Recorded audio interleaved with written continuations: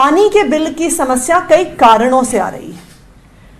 उदाहरण के तौर पे एक कारण यह हो सकता है कि मीटर रीडर रीडिंग लेने गया ही नहीं।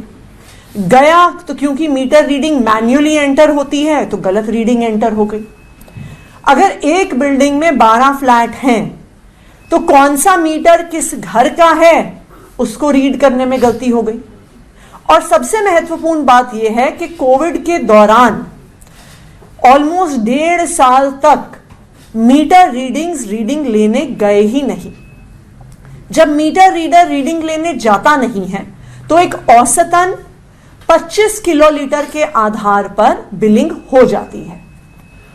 तो जब एक कंज्यूमर को लगता है कि जो मेरे पास बिल आया है वो मेरी कंजम्पशन से ज्यादा है तो कंज्यूमर कहीं ना कहीं अपना बिल देना छोड़ देता है। और आज ये स्थिति तकरीबन दिल्ली के 40% कंज्यूमर्स की हो गई है।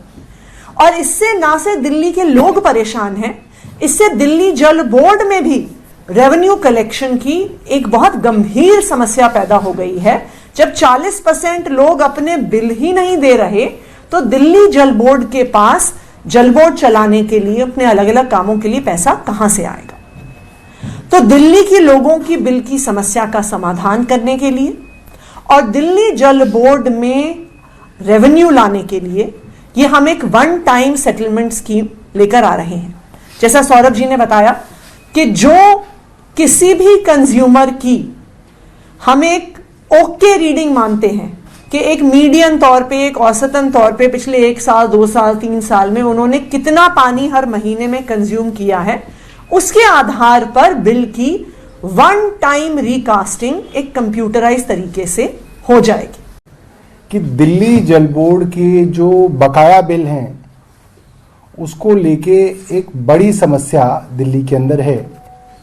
और इस समस्या को आप इस तरह से समझ सकते हैं कि दिल्ली के अंदर करीब 27,65,000 दिल्ली जल बोर्ड के कंज्यूमर हैं और उसमें से करीब 10,68,000 कंज्यूमर ऐसे हैं जो कि 1/3 से भी ज़्यादा हिस्सा है, वो ऐसे हैं, करीब 40% कंज्यूमर हैं जिन लोगों के एरियर्स बकाया हैं, यानी कि किसी ना किसी कारण से उन लोगों ने दिल्ली जल बोर्ड के बिल देने बंद किए हुए हैं। इस विषय में मुझे लगता है करीब 1.5 वर्ष से चर्चाएं हो रही हैं। जब मैं वाइस चेयरमैन था दिल्ली जल बोर्ड का तब से चर्चाएं हो रही हैं। और मुझे याद है जब जल बोर्ड रेवेन्यू डिपार्टमेंट के लेवल पे चर्चा हो चुकी होती है और वो चर्चा पक जाती है तो वो बोर्ड के लेवल पे पहुंचती है।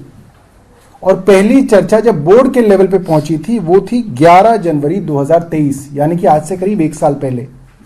मनीष सिसोदिया जी जल बोर्ड के चेयरपर्सन हुआ करते थे, मैं वाइस चेयरपर्सन हुआ करता था। और तब पहली बार दिल्ली जल बोर्ड के अंदर वन टाइम सेटलमेंट स्कीम के बारे में चर्चा हुई थी बोर्ड की मीटिंग में कि ये स्कीम हमें लानी चाहिए। क्यों लानी चाहिए? दिल्ली जल बोर्ड के जो बिल बड़ी संख्या में कंज्यूमर्स को दिए गए, कंज्यूमर्स का ये मानना है कि ये अनाप शनाप बढ़े हुए बिल हैं, अनरीजनेबल हैं, एग्जॉर्बिटेंट हैं और जितना पानी उन्होंने कंज्यूम किया है उसके मुताबिक नहीं है। लिहाजा उनकी जल बोर्ड के खिलाफ इस बिल को लेकर ग्रीवेंस है। और ये ग्रीवेंस कोई 1-2% लोगों की नहीं है, करीब 40% कंज्यूमर्स की ग्रीवेंस है।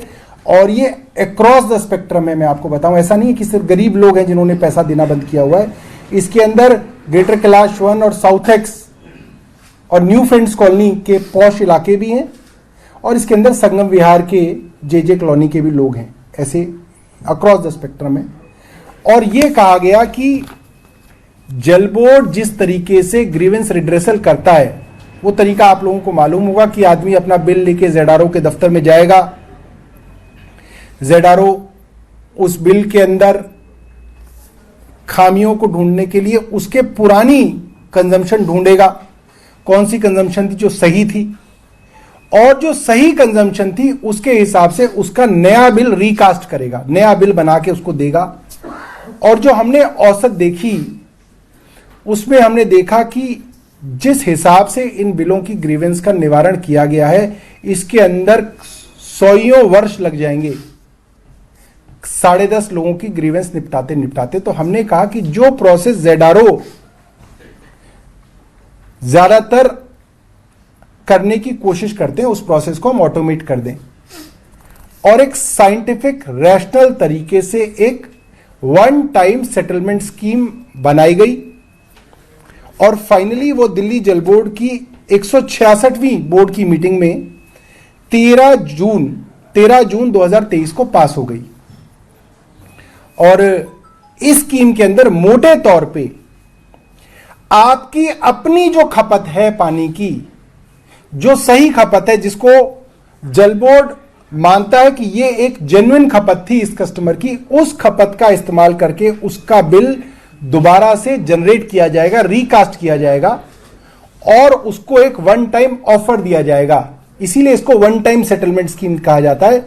इसके अंदर बिल कम करके एक बार का ऑफर दिया जाएगा कि भाई आपका बिल मान लीजिए 1 लाख रुपए था, जो आपको लगता था कि डिस्प्यूटेड है, हमने नए फॉर्मूले से उस बिल को दोबारा रिकास्ट किया और मान लीजिए वो बिल आ जाता है 7,000 रुपए। तो ये 7,000 का वन टाइम ऑफर हम कंज्यूमर को देंगे कि अगर आप ये 7,000 रुपए भर देते हैं तो आपका खाता जीरो हो जाएगा और नई शुरुआत हम लोग कर लेंगे। अगर आप नहीं भरेंगे तो दोबारा से वही 1 लाख से जो है खाता दोबारा से शुरू हो जाएगा। This is called one time settlement scheme. ये एमनेस्टी स्कीम नहीं है, ये कोई बिल माफी योजना नहीं है, मगर इसको करके जब हमने इस फॉर्मूले को रन करके देखा है तो इसके जो नतीजे आए हैं, कंप्यूटराइज तरीके से जो नतीजे आए हैं, उसके अंदर करीब 60% से ज्यादा लोगों का बिल, उन लोगों का बिल जिनकी ग्रीवेंस है, जिन्होंने बिल नहीं दिया हुआ है, जो लोग इस 10,68,000 के ब्रैकेट में आते हैं, उन लोगों का बिल जीरो हो जा रहा है। यानी कि डिपार्टमेंट की, बिलिंग सिस्टम की, रेवेन्यू डिपार्टमेंट की, जेडारो की, मीटर रीडर की, इस कड़ी में किसी ना किसी की ऐसी गलती रही है जिसकी वजह से उसको एक अनरीजनेबल बिल दे दिया गया जो कि वो पे करने के लिए तैयार नहीं। तो जो पैसा है ये एक नोशनल पैसा है कि साहब इतने 1,000 करोड़ रुपया बकाया है कस्टमर के ऊपर, अब वो दे नहीं रहा, हम ले नहीं पा रहे, तो वो ऐसा ही खड़ा है बुक्स में। तो एक अच्छा तरीका है जिससे दिल्ली जल बोर्ड को रेवेन्यू आ जाएगा, दिल्ली जल बोर्ड को काफी पैसा आ जाएगा, सब्सिडी के माध्यम से दिल्ली सरकार से भी पैसा आ जाएगा और कंज्यूमर से भी पैसा आ जाएगा। और एक बार जब आप उनकी स्लेट को साफ कर देंगे, जीरो कर देंगे, तो वो बिल जो है दोबारा से देने के लिए उनके अंदर इच्छा भी जागृत रहेगी, एक ट्रस्ट जो है वो डेवलप होगा। इसलिए ये बिल जो है, ये स्कीम लाई जा रही है।